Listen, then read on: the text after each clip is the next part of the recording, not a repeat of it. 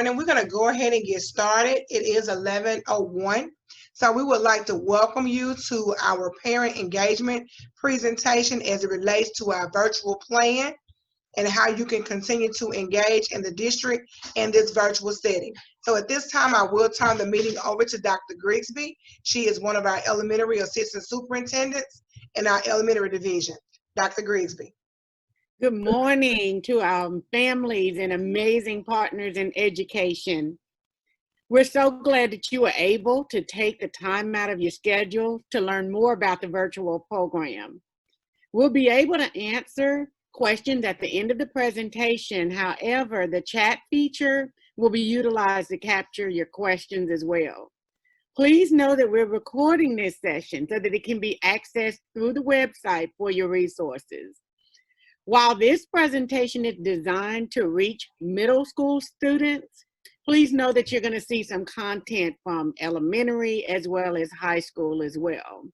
Our question and answer session at the end will be specific to our middle school scholars, and anyone on our team will be able to answer those questions. Without further ado, I'd like to introduce our team. We have Miss Selena Anderson, who is our parent coordinator.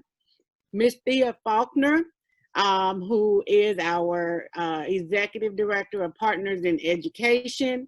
We have Dr. Talitha Bingham, Executive Director from the Office of Exceptional Education. Ms. Tiffany Fuller, Director of English Learners and Special Populations. Mr. Sherwin Johnson, Executive Director of Public Engagement.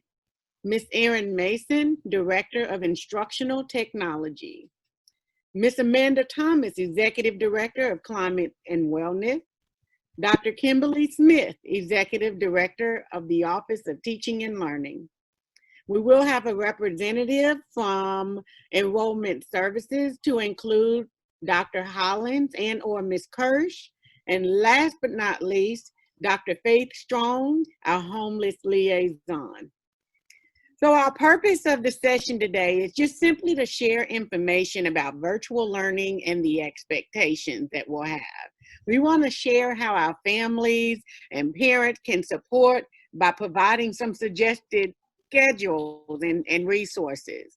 For those of you who have been with us in the past year, you'll know that we launched our vision and that we're preparing our scholars to achieve globally, contribute locally, and to be filled individually. And so our mission is to develop scholars through world-class learning experiences. And you're going to hear more about that today. Our core values, we emphasize in all that we do: equity, excellence, growth mindset, relationships, relevance, positive and respectful cultures. And you may be familiar with our 5 commitments, of which 2 that we're going to focus on: the innovative teaching and learning, as well as creating a joyful learning environment. With that said, I want to share with you our agenda for today. We have virtual learning expectations, the virtual learning space, learning management systems, virtual schedule, attendance, special populations, registration, communication, parenting center, and COVID community support. And as I stated earlier, we're also going to have our question and answer session, which will be interactive through the group chat. Today is our last day of the parent session, our parent engagement session, just to introduce the virtual learning. We will come back again tonight, 5:30 to 7 o'clock, and be looking on our website for additional monthly engagement opportunities through the district. With that said, I'm going to send you all over to the lovely Miss Amanda Thomas from the Office of Climate and Wellness to talk about the Code of Conduct. Great morning to everyone. So happy to have you all to join in on our session this morning. So I know that you all are so used to getting this lovely Code of Conduct book every year, and we will have copies of that available in the school, but I do want to emphasize that it's already up on our JPS website. And this year you can actually click on the table of contents and it will take you to the specific sections that you would like to view instead of having to go page to page. Next slide. So we know that this year at the beginning for the fall, we're engaging in virtual learning. So because students will not be face-to-face, it's going to look a little different for them. But as always, we want to make sure that our students still adhere to the Code of Conduct book. So what does that mean? We want them to engage fully in the learning activities as they are in their virtual space. We want to make sure that they have their cameras on, and you're going to hear more about Zoom etiquette or netiquette by Dr. Smith a little later on. But I just want to emphasize them engaging in appropriate conversations with the teachers and their peers, maintaining academic integrity, not copying from the other students that are in the groups and not sharing their work with others. As always, conducting themselves in a manner, an appropriate manner, and appropriate respecting all the rules and regulations of the school district. Also, I want to emphasize the dress.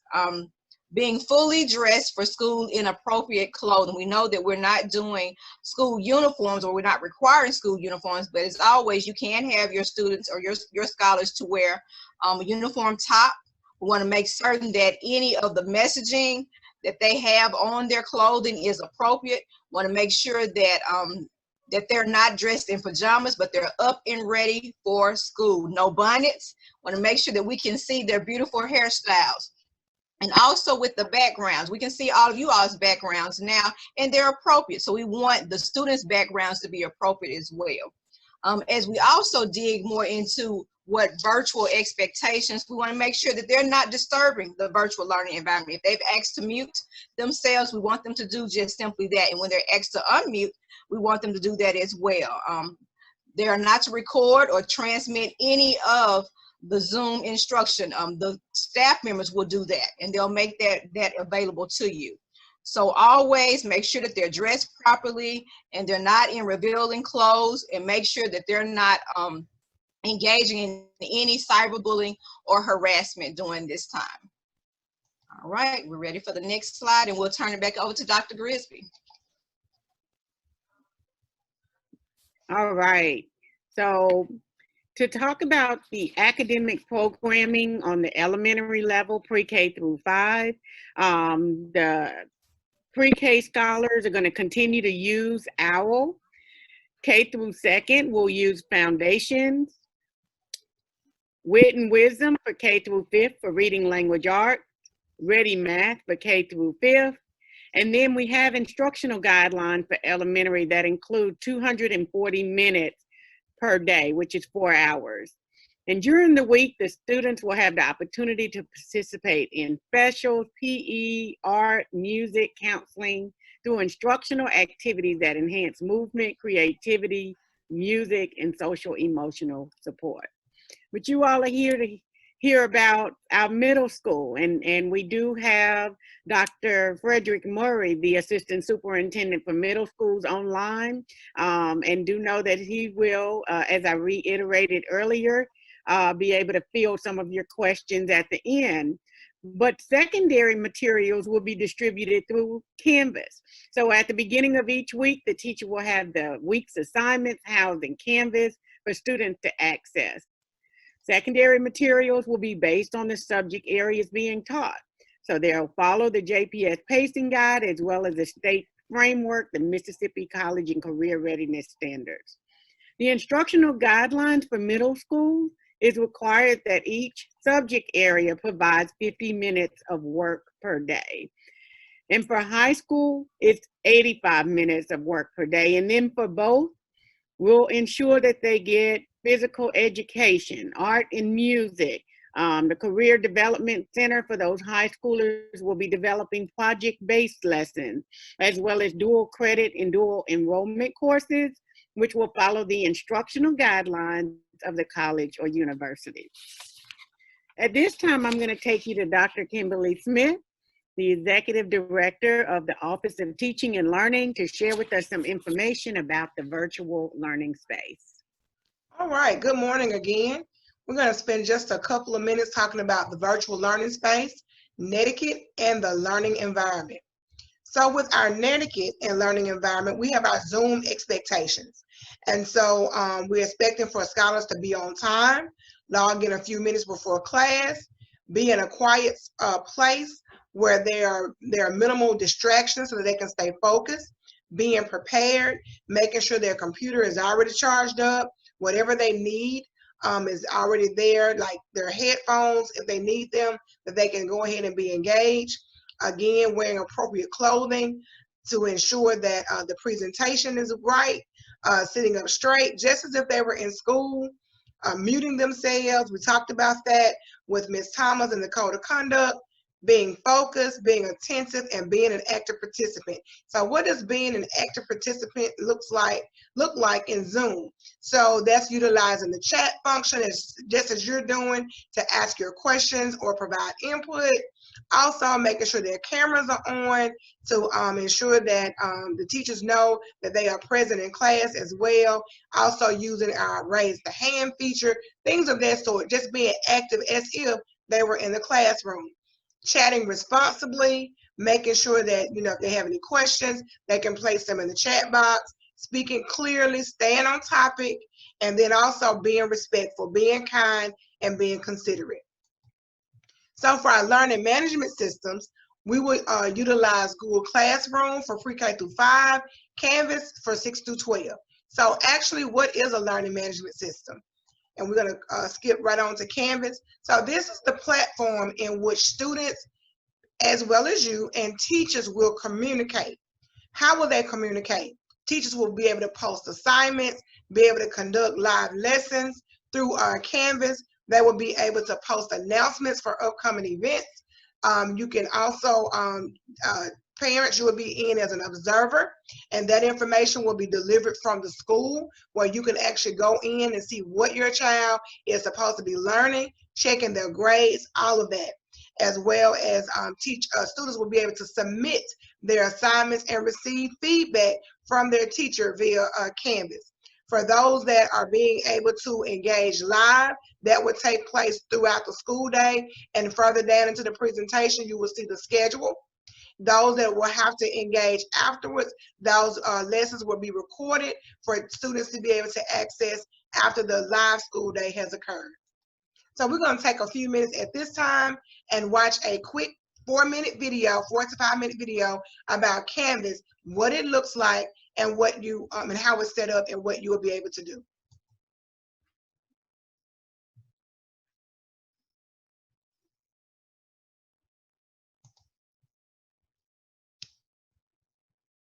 In this video, you will learn about the Canvas dashboard and global navigation links, and about basic course navigation to view assignment details and grades. Card View displays a course card for each of your favorite courses. New courses automatically display on the dashboard. You can manage your favorite courses from the Courses link in Global Navigation. Click Courses and click the All Courses link. Click the star icon next to any course to mark it as one of your favorite courses. Return to the dashboard by clicking the dashboard link. Each card can include 4 clickable icons for assignments, announcements, discussions, and files. To help organize your dashboard, you can manage course card settings by clicking the Options icon.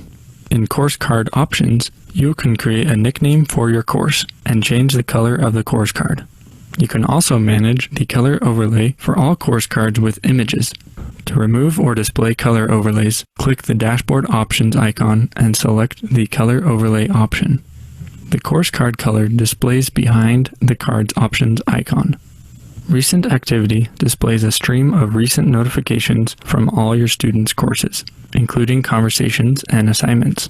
You can view the details of each activity by clicking the Show More link. To collapse recent activity, click the Show Less link.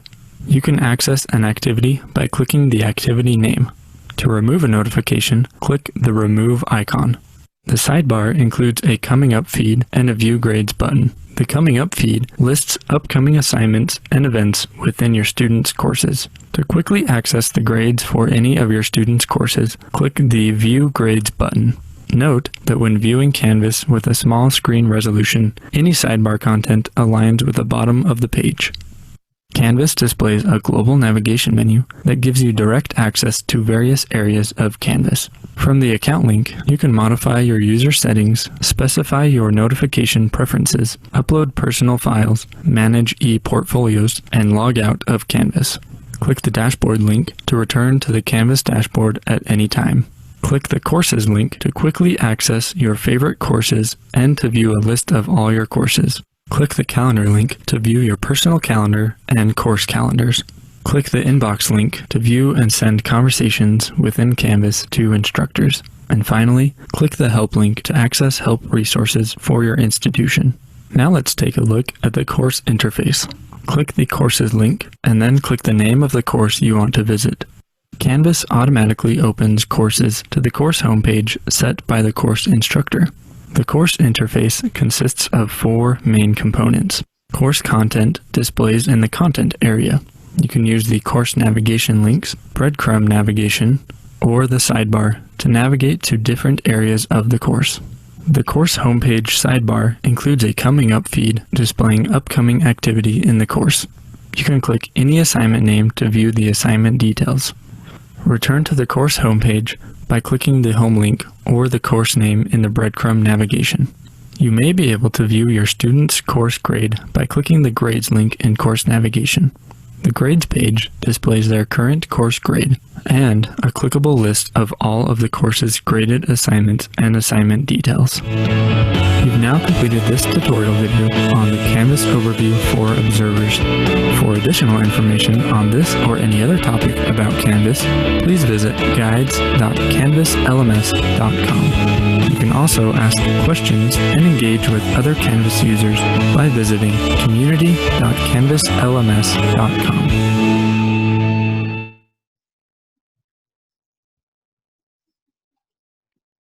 All right.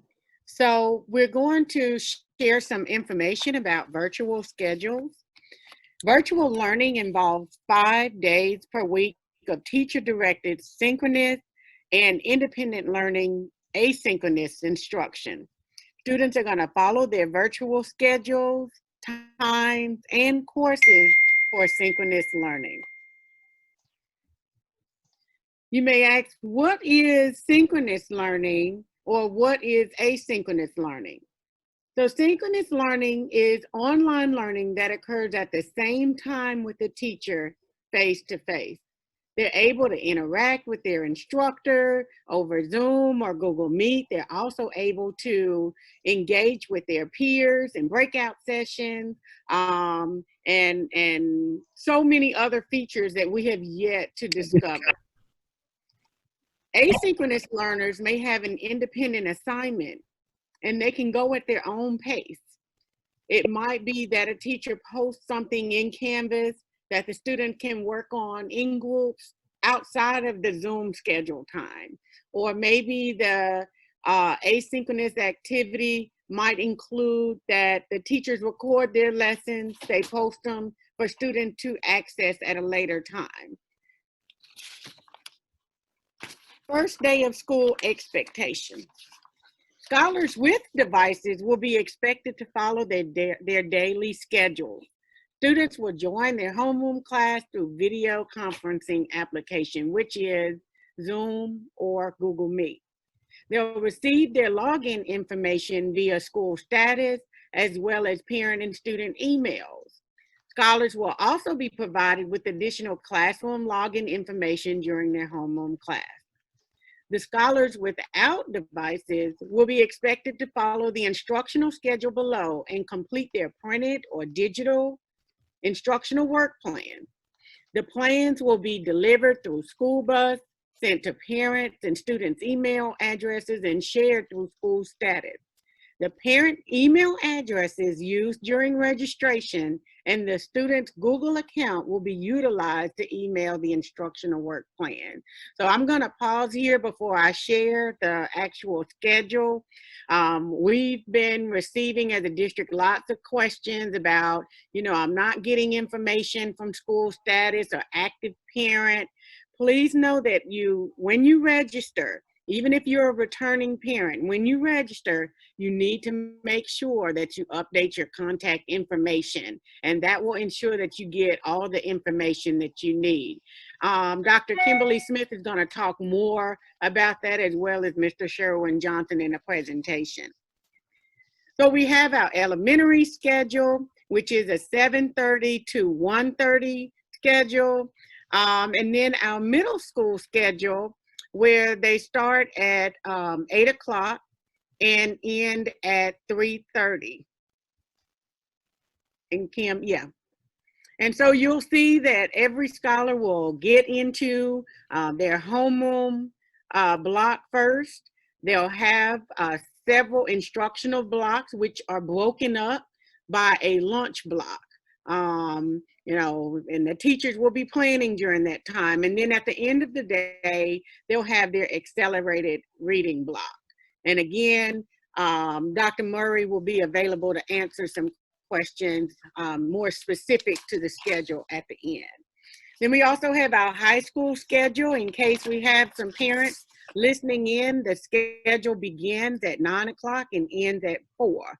And you'll see that they have an 85-minute block scheduling as well.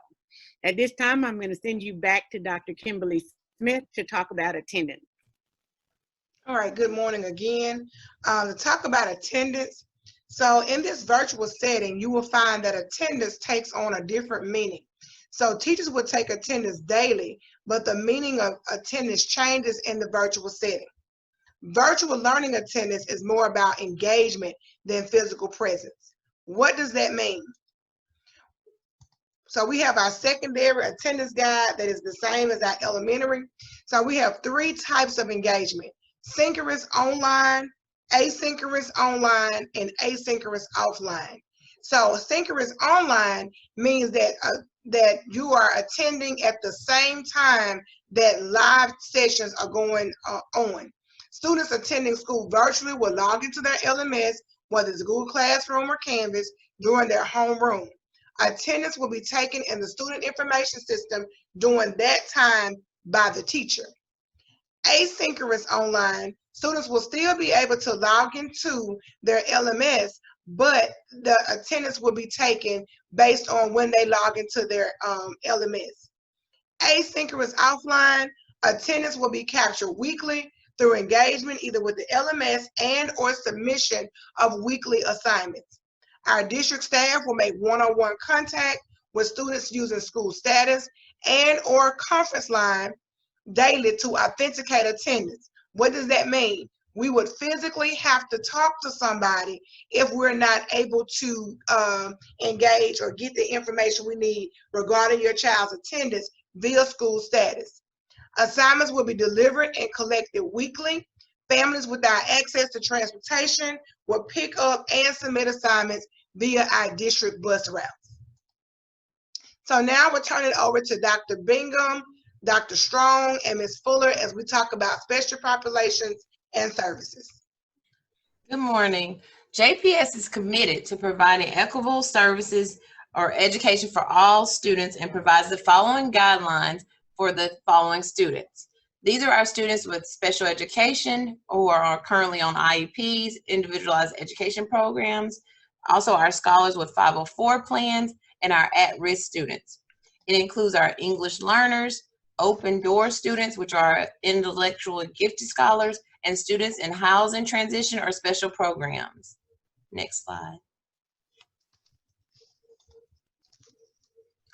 At all levels of instruction, which is elementary, middle, and high, if a student receives special services, the classroom teacher and the service provider will work together to determine what accommodations or scaffolds are needed so that this student will be successful in the virtual learning platform. All teachers, as well as related service providers, will take the responsibility for follow-ups and check-ins with these students. Next slide.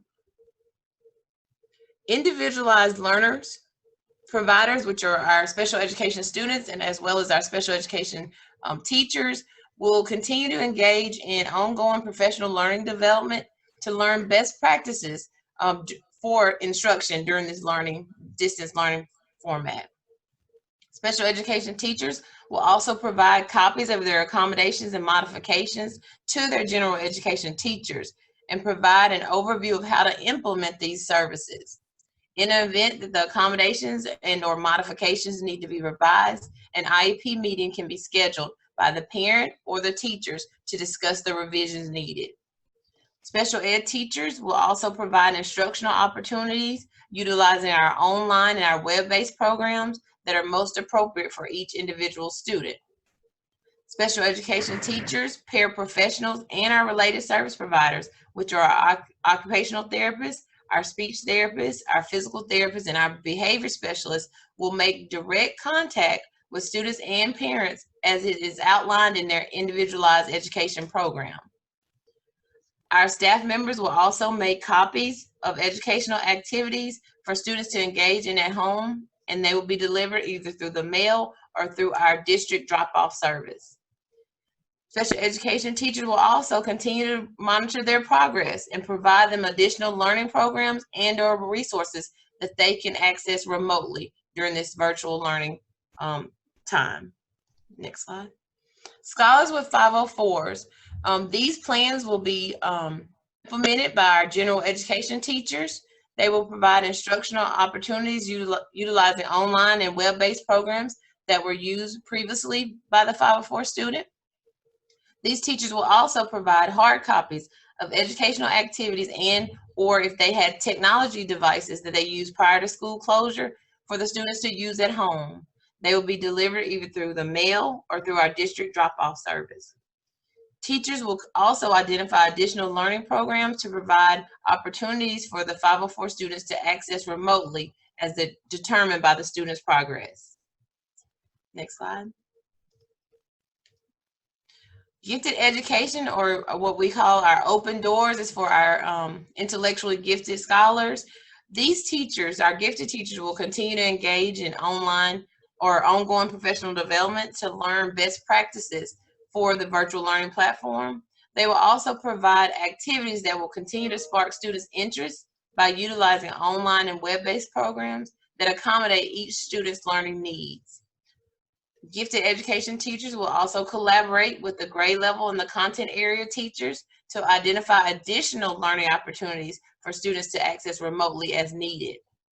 They will also leave optional learning activities for students and links to extend or foster the growth of their activities during the distance learning after the school day is over.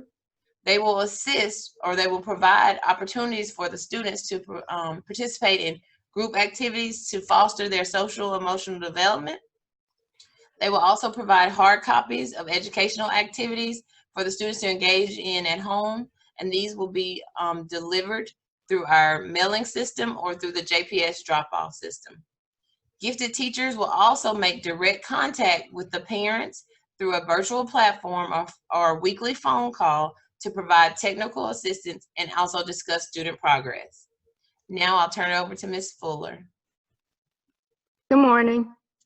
So our English learners will be provided with instruction from our ESL teachers as well as our general education teachers. They will both collaborate with each other in order to design lessons that are appropriate for the individual needs of our English learners. Our English ESL teachers will also provide instruction through the virtual platform through web-based programs that were previously used by our ESL students.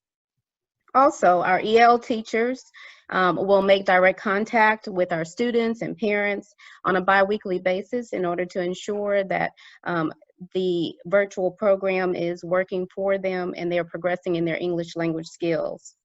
Our ESL teachers will also provide hard copies whenever needed in order to make sure that our students are continuously engaged in learning through this virtual time. Also, our ESL teachers may provide additional learning opportunities in order to differentiate instruction based off of the different levels of proficiency with our English learners. Next slide. Students in housing transition. The district has a homeless liaison, that is Dr. Strong. She will reach out and make contact biweekly to our families and students, ensuring that they have food and shelter and identifying what needs they do have and connecting them with the right resources. Also, students that are experiencing a housing transition will also have the virtual platform made available to them. Dr. Strong will make sure that the devices are made available or contact for those devices. She will also be checking on their progress through grades and performance and making sure that they are receiving the support that they need while they're going through the transition. Next slide. Special programs. With special programs such as APAC and Arts Access and Early College High School program and our IB program, also our Montessori program, those programs will continue. They will be done through various virtual learning and different platforms that are virtual, but they will continue. I'll turn it over to Mr. Johnson.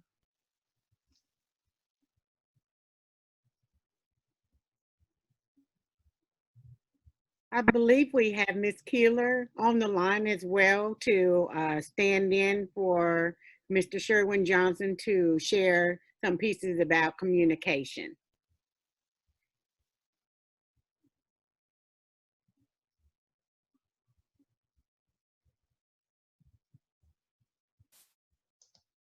Ms. Keeler, are you on the line?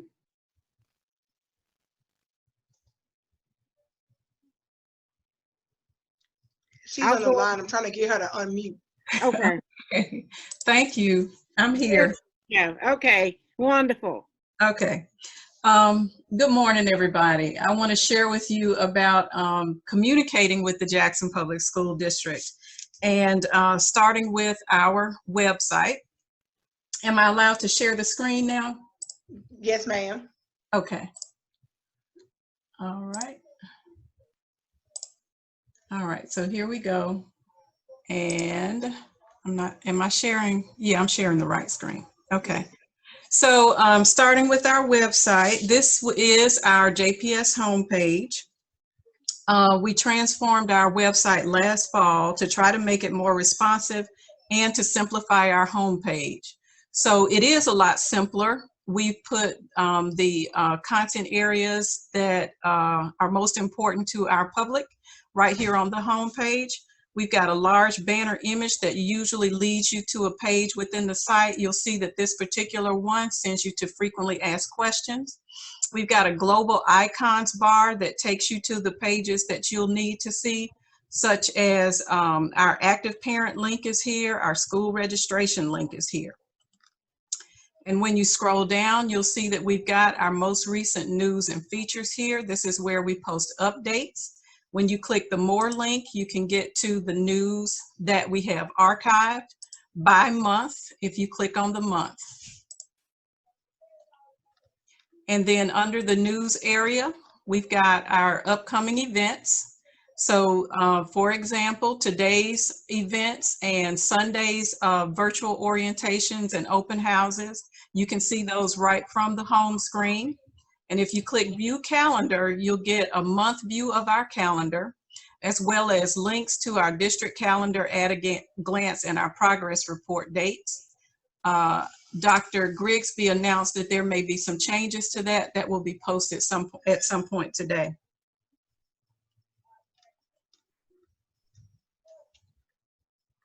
Also, at the bottom of the screen, you'll see our Find It Fast links that are organized by audience. So for parents and scholars, there are links here. And if there are other members of the community or staff members, there are links there as well. All right, so let's talk about Active Parent. As we said, you can get to the Active Parent screen from our homepage. Active Parent is our web-based application that allows parents to keep track of their students' records, such as attendance and behavior and grades. JPS parents with more than one JPS student can access records for all of them through this one account. The information parents provide in Active Parent during registration is used to connect them to our communication platforms, and that's very important. So this is where we're able to connect you with our Key Communicator newsletter. It's where we're able to connect you with our Blackboard mass notification system that calls out to your homes or your cell phones. It's where your schools and your teachers can reach out to you through school status. And we also have social media platforms that are available to you. The JPS Key Communicator is our electronic news publication. I'll show you an example of that. If you go to our news menu and then click on Key Communicator, that's where you'll find archived issues of our Key Communicator. So we usually send it out regularly to announce upcoming events, to recognize our students. And each year we usually publish a back to school guide in the fall and a senior class celebration in the spring. Our Blackboard Connect platform is a call out system. So again, if you make sure that in Active Parent that your email address is correct, you'll be signed up to receive those periodic messages from Blackboard. It's also a part of our emergency alert communications plan.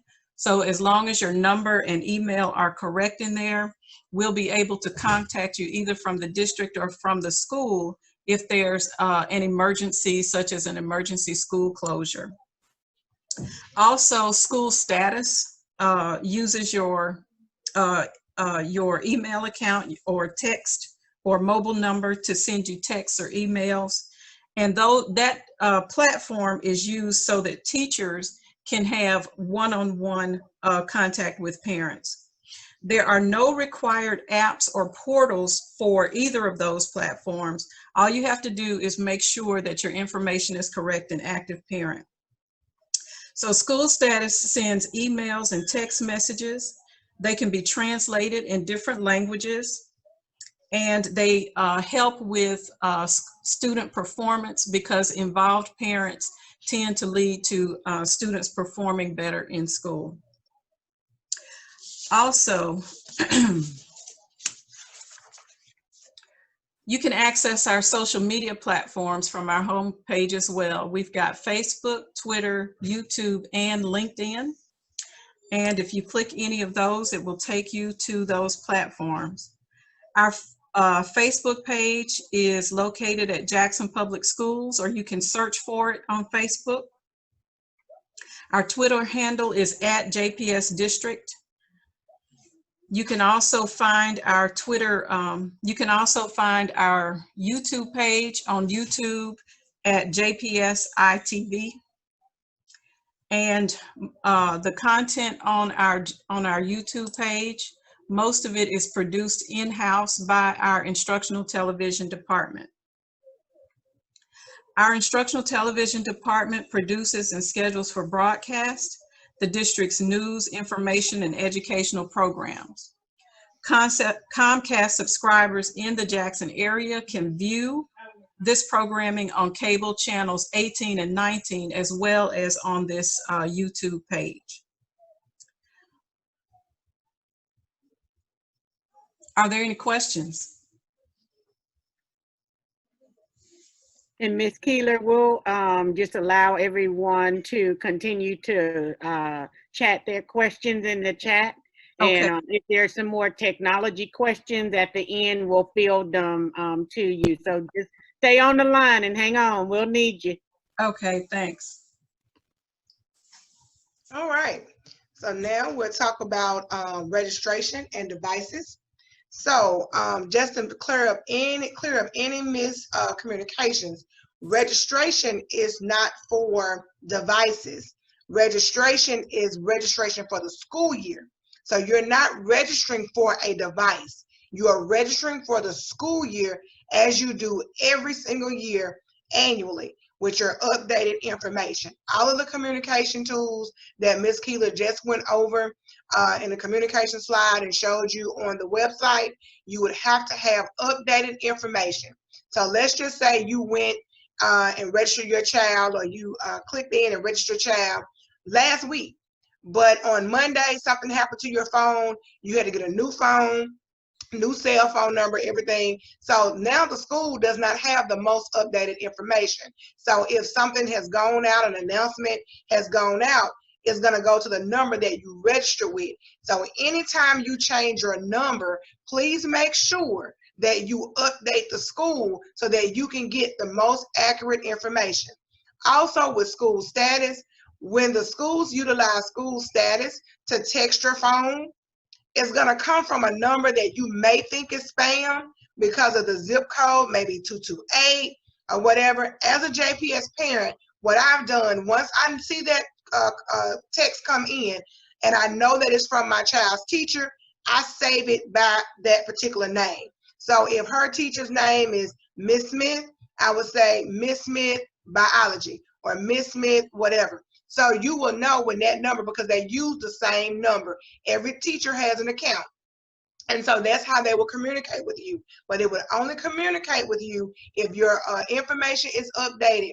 Also, please make sure that you are your child's primary contact while you're doing registration, or you need to update. Call your child's school and make sure that you are the primary contact.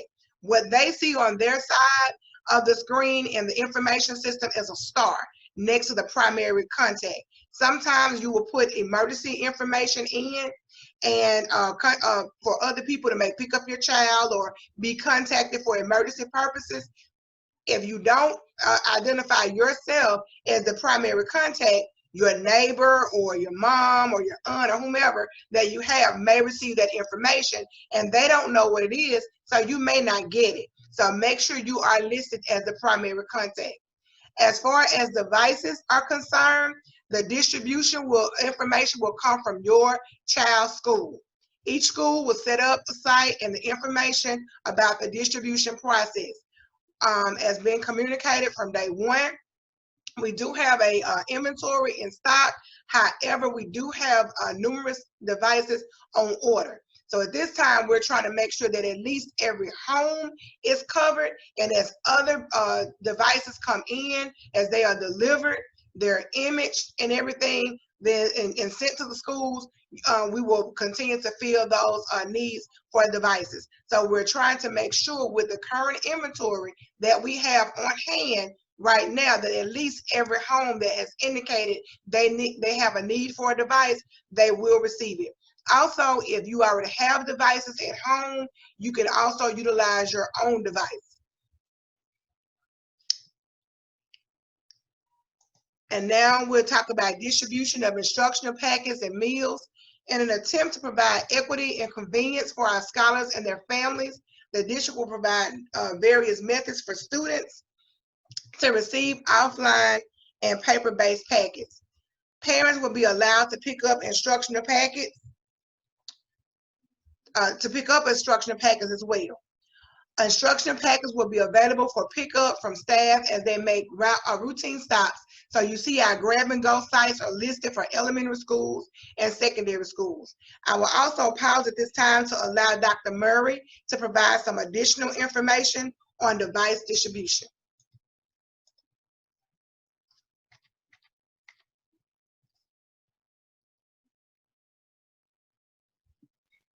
We may need to make sure that he can unmute so that we can hear him. Okay. Good morning, everyone. Just some additional information on device distribution just recently in the last 30 minutes or so. We kind of have some additional information on that. We will be starting distribution of devices on next week. And the plan is by the 14th to have all students that are registered to have issued all devices that we have on hand. So we will start distribution of devices on Monday of next week. High school has already started, and the plan is to distribute all devices that we have in inventory to students that are registered by next Friday. And so again, it's important that if you've not registered, that you do so, because again, we will start distributing those devices, all that we have beginning on Monday. Thank you, Dr. Murray. All right, collection of those instructional packets. So the district will evaluate instructional work assignments received for attendance and accuracy purposes. Student work and or written assignments may be returned to the school by the parent on specified dates and times. They also may be returned to the school by and designated staff by the route. So when buses are delivering food, the food distribution, because we also will have nutrition on the go. So when those bus routes come through, that's another way that you can get your child's work back to the school and receive new assignments. Feedback for paper assignments will take more time than online assignments. So once teachers receive the completed work packet, they record what they have received and provide feedback via active parent. So at this time, I will turn you over to Selena Anderson with Parenting Center and Community Support Updates. Good morning, parents. The Jackson Public School Parent and Family Engagement Center provides parents with educational resource materials, equipment, and information so that parents can work at home with specific skills. The Parent Center is located at 1224 Eminence Road in the Morrison Complex. This center was the previous center at the Enix building. We're open year-round. The hours of operation is from 8 to 5. Evening hours of our appointments. The phone number is 960-8945. Everything, all the resources in the center are free to parents. The JPS staff members will connect parents also to resources that's out in the community. The next slide, please. Parent Center resources. We have our home study packets. These are packets that are used to reinforce and support skills that's been taught in the classroom. Parents can obtain a student prescription sheet from the center, or you can go on our JPS Parent and Family Engagement website. Parents are to return the prescription sheets. Teachers are to complete the prescription sheet. Parents are asked to return it to the center. The staff will prepare individual packs based on teacher recommendation. Our reading enrichment program, these are books that are K through 12. We also have books on our summer reading list. Parent workshops. Parents are invited to take part in scheduled meetings, workshops, and computer training. We have our Edison Dye services.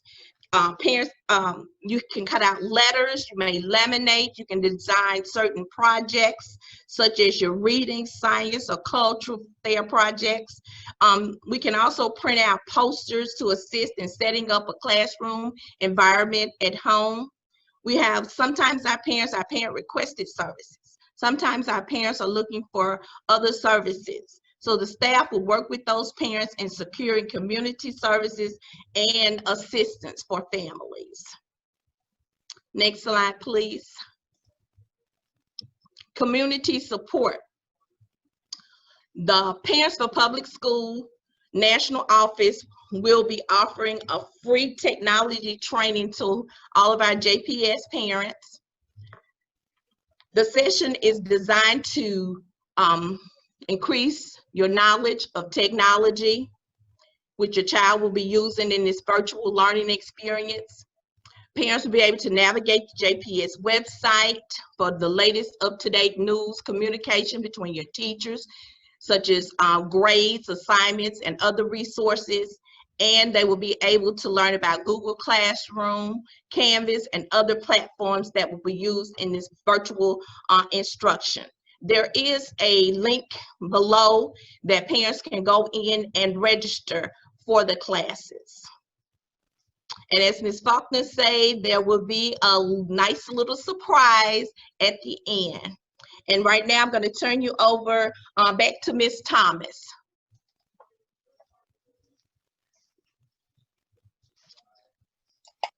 Okay, great morning again. I think as Ms. Keeler may have mentioned on our Jackson Public Schools website, throughout this pandemic, we have had a web page, and we also have an email address that is dedicated to our COVID community support. Just within our district itself, we realized several different instances of trauma. We've had death within our student population as well as our staff and our parent population. So we realized that this global pandemic has affected us in various ways. Within our coronavirus web page, there is information about physical health being as well as social emotional well-being for students as well as parents. We want you all to take time out to breathe, take time out to meditate and to discuss with your boys and girls how they're feeling during this COVID-19 crisis. Also, I'd like to point out the nice little facial coverings that you see there, those multiple colored facial coverings. Although your students will be in a virtual learning platform, want to make sure that whenever you're going out, that you continue to utilize these facial coverings and that they continue to promote, and you promote as well, social distancing.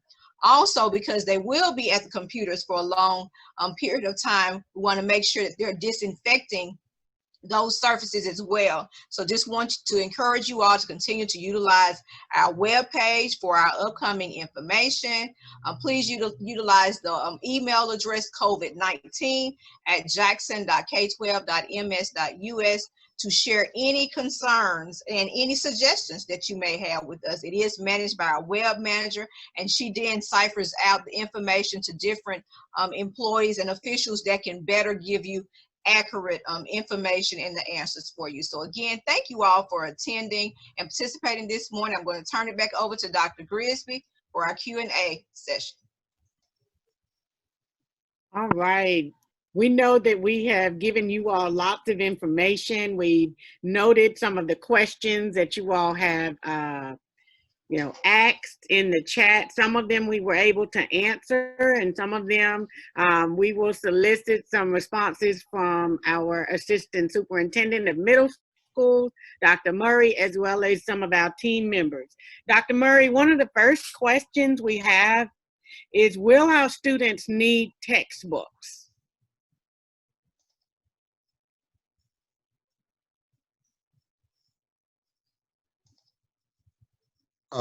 Good afternoon again. Well, it depends. We will have digital access to textbooks for the students that have devices. And so as we build out our asynchronous instruction, there may or may not be a need for some textbooks. But ideally, once all of our students receive their devices, we will be one-to-one at some point or during the fall. We will have digital access for all students, and so the textbooks will be online. But in the interim, as we prepare for that, there may be some school level decisions that are provided to support those students who are asynchronous learners or who are working offline and have packets for the first month or so. The next question is about the Canvas link. How do they sign up for the Canvas link?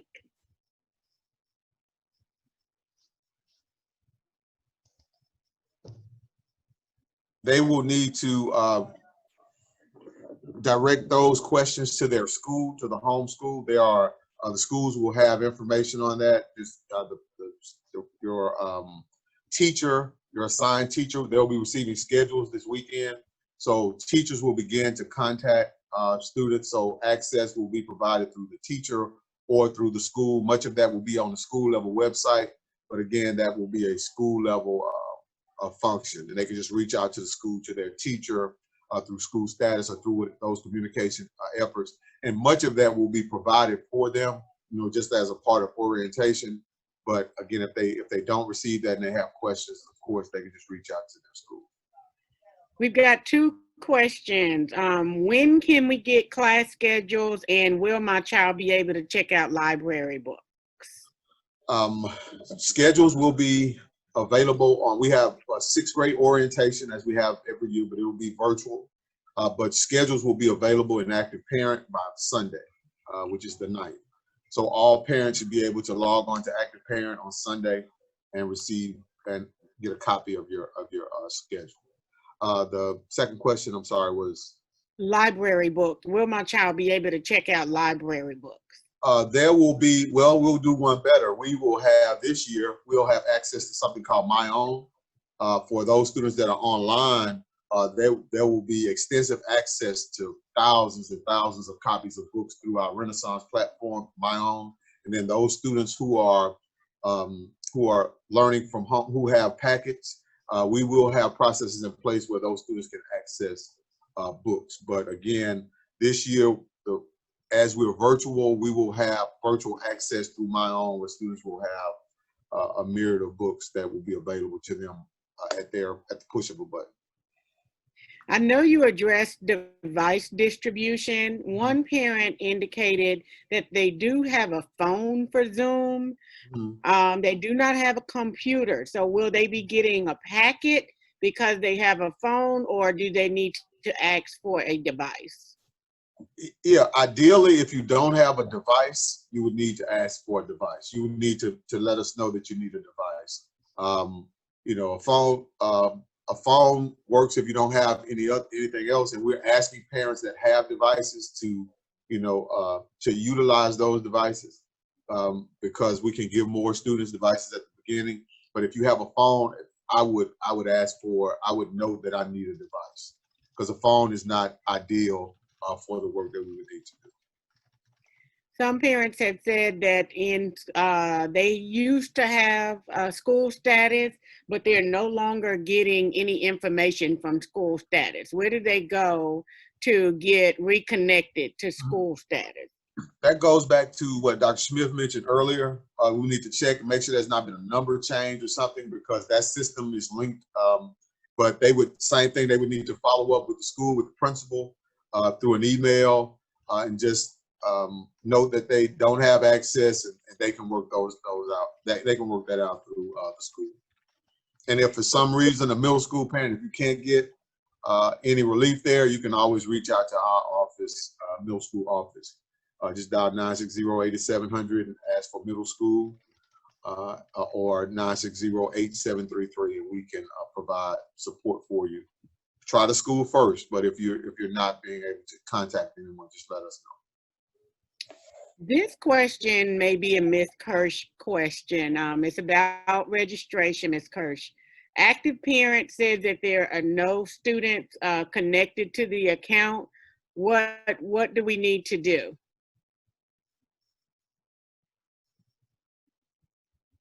I'm gonna give her a minute to unmute. We saw her here a little earlier.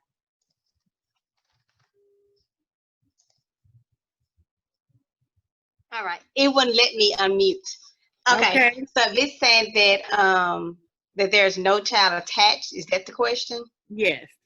Okay, she would need to email the active support active parent at jackson.k12.ms.us and provide us with the child's name, school, MSIS number, which is identified as the lunch number, and let us know that what her username is. It could be that the child is either deactivated from the account if she's already completed, or that she has more than one account. So just send us an email and we will look into it for you. Ms. Kirsch, can you repeat that email address again so we can put it in the chat? Yes, ma'am. That email address is support@jackson.k12.ms.us. Okay, yes, we had a couple of parents who asked that question about registration. So for those of you who sent that message, please use that email address to reach out for any active parent registration concerns. Team, I'm at the end of the questions that may have occurred prior to. the additional questions. So right now, Dr. Smith and I are going to tag team and look and see if there are any questions that we have not addressed. The one question that keeps coming up repeatedly: when will school start? And so the school board is having a special meeting today to discuss several things, and we think that that's one of the many things that are being discussed. Once a decision has been reached, and if the school start date changes, Ms. Keeler as well as Mr. Johnson will ensure that the most updated information is posted on our website. So y'all just keep checking back at the www.jackson.k12.ms.us. Look at that website. Any changes, especially one like that, will be on that front page. So they're not meeting till a little later, so it may be this evening or tomorrow before you see those changes reflected. Also, there are some questions about APAC and special programs, gifted. All of our programs will continue to occur in a virtual setting.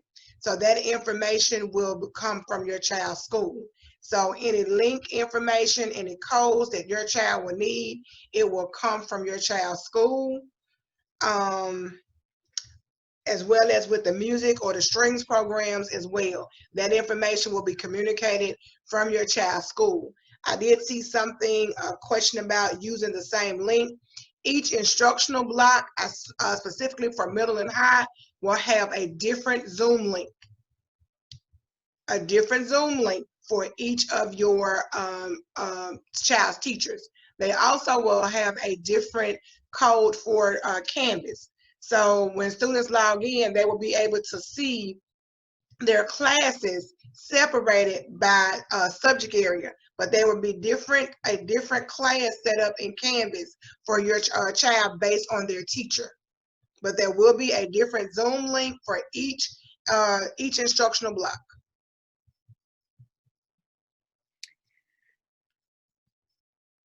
Someone also asked a question about checking their the student will have to check their JPS email. They will utilize those JPS emails for students as well as sending the information to you as well, so that you will have the login information for your child. That information will more than likely be communicated through school status, as well as those nights. I know, does middle school have another night, Dr. Murray, to get schedules? Yes, that's what I wanted to note, that it's actually Sunday from 2 to 4. We have a 6th grade orientation. Now schedules will be, you can access schedules through Active Parent at any time, but we have orientation from 2 to 4 on Sunday at every middle school for 6th graders. So I encourage you, if you're a parent of a 6th grader, to participate in those 2 to 4 orientations. And if you have a student that's a 7th or 8th grader, we'll have or grade level orientations in the coming weeks, but you can access your schedule on Sunday as well for those grade levels. But do participate in the 6th grade orientation. As a middle school student going into 6th grade, it's critical that you get a great start. And so this will help you jumpstart your middle schooler off on the right track. So we ask you to participate in that activity from 2 to 4 on Sunday. On that note, Dr. Murray, parents are asking about the Zoom links for the classes. Where will they get those Zoom links to enter into those classrooms based on the schedule? Is that going to be provided by the school or at orientation, or where exactly will they get that from? You're on mute. You're on mute, Dr. Murray. Yeah, it won't let me unmute. I'm sorry. I'm sorry, I had to kind of lock it down a little bit, but yeah, just stay off mute. Okay, gotcha. But that information will be provided. That information will be provided by the schools. Right now, we're scheduling, so it would be premature to provide that information until schedules are complete.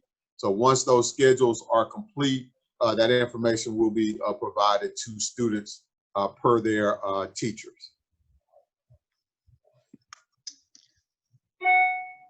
Also, orientation via Zoom. Yes, yes. I apologize. Everything is via Zoom. That information is on the district website, and it should also be on the school level website. You should be able to find those that login information for those Zoom meetings. And this question is for Ms. Kirsch. If my child was in a different school, like a private school, how can I register them into JPS?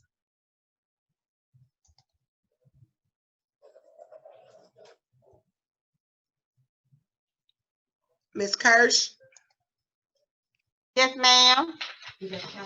Have a- If the parent is asking a question, my child was in a different school, like a private school, and she wants to register them into JPS.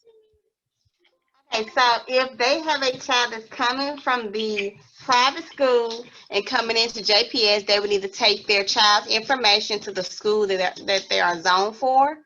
You would need to go onto the Jackson Public Schools website, and on their website, it would give you the information for for new enrolling student, what all documents you would need to provide the school with.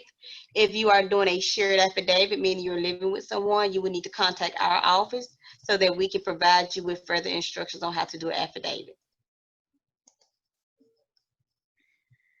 We had a question here. How can I receive a copy of my child's last report card?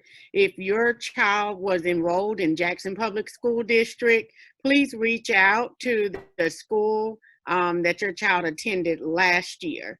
If it's a different school this year, so that you can get a copy of your child's last report card. We're looking through to see if there are any additional questions that we may have not addressed. And in the meantime, as always, should you have any questions regarding anything this semester that we have not answered, or if your child's school has not answered, please reach out at covid19@jackson.k12.ms.us. Whether your concerns are registration, schedules, things of that nature that we might have not answered today. Also, feel free to come back and join us at 5:30 to 7 o'clock. That will be our last parent session. I do see, Dr. Smith, a question about summer reading and whether or not the 20 books are still required due to COVID this year. We will get that information provided and answered for you all with Stephanie Clark. That is our summer reading coordinator. So we will get that information registered out to you. That information regarding summer reading will come from the schools as well, as our office communicates that information to the schools. There was another about there's no tab in active parent. Right now, the scheduling tab have been deactivated because they are not, at this time, schools are working to create those schedules for your student. So as soon as that's done, probably, I know it will be available by Sunday, because I know that 6th grade and 9th grade will be receiving their schedules on Sunday during their orientations, and then the other student schedules will be available between Monday and Tuesday of next week. They will not be mailed. You will have to log into Active Parent, and you should be able to see your child's schedule at that point. Parenting centers, Ms. Anderson, a question about parenting centers. Will parent centers be housed in middle schools this year? Dr. Merritt and I are in discussion about that. Okay.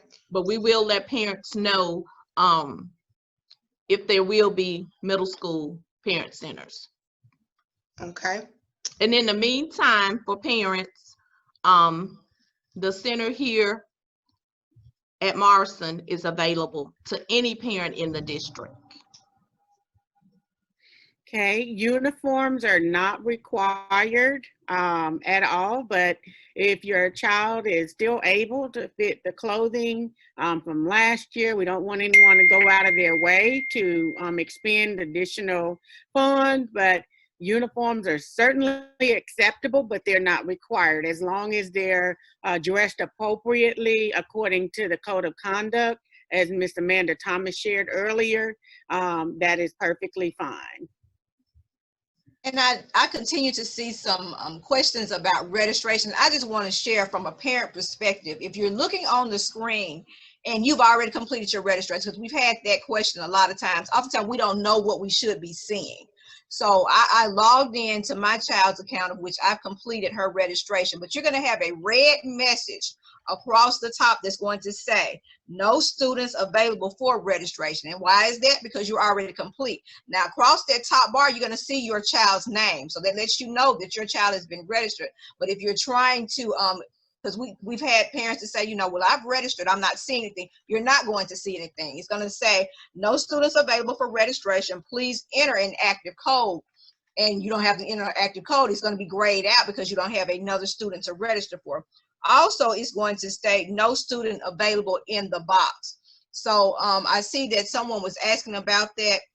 So if you completed everything, that's the message that you're going to get until other tabs are available. So you don't need to be alarmed as long as you have an active parent that you can log into and you can actually see your child's name, then you completed what you can at this point.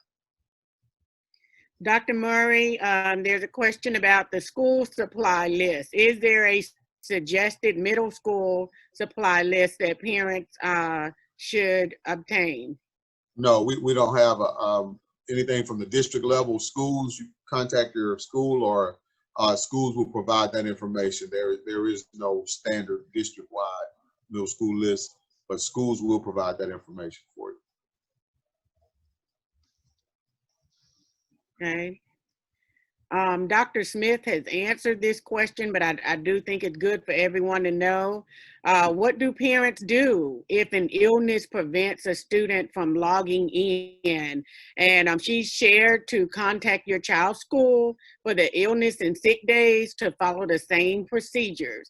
So we do realize in a virtual setting that children will get sick and they're unable to log on, but the excuses and the documentation that will be needed, the schools will share the process for doing that.